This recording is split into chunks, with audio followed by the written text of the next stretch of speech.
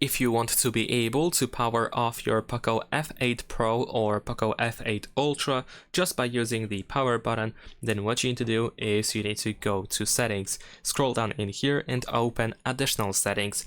After that, we're gonna go to gesture shortcuts, and then over here we have the power off option. In here we need to switch from power and volume up buttons to press and hold power button. By default we need to hold for 3 seconds in order to activate the power menu.